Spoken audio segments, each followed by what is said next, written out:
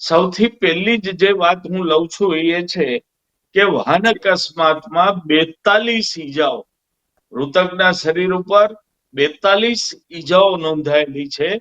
આગળના ભાગે છે, ઉપરના ભાગે છે, પાછળ છે.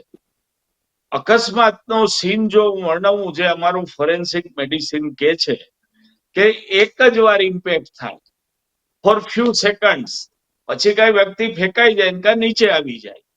એટલે વારે વારે ભટકાય, પેલા વ્યક્તિને ચત્તો ભટકાય પછી ઊંધું ભટકાય, એવું થતું હોતું નથી. તો આ કેસમાં આવું કેમ થયું એ એક સવાલ છે. હવે એનો જવાબ એ છે કે ઠોકર વાગતા વ્યક્તિ ઉડ્યો અને લોખંડના ડિવાઈડર આરે કે હાર્ડ બ્લડ દિવાલ સાથે ભટકાણા હોય તો આવું બની શકે. પણ it is up to police કે સીન ઓફ ક્રાઇમ ડિસ્ક્રાઇબ કરવો જોઈએ. પોલીસ જે સીન ઓફ ક્રાઇમ મેં માધ્યમોમાં જોયો છે એમાં એ પણ નથી ક્યાંય વાત આવતી કે વ્યક્તિનું મોઢું હતું અને બસ સામે આવીને ભટકાડી, વ્યક્તિ જાતો હતો ને પાછળથી બસ ભટકાણી.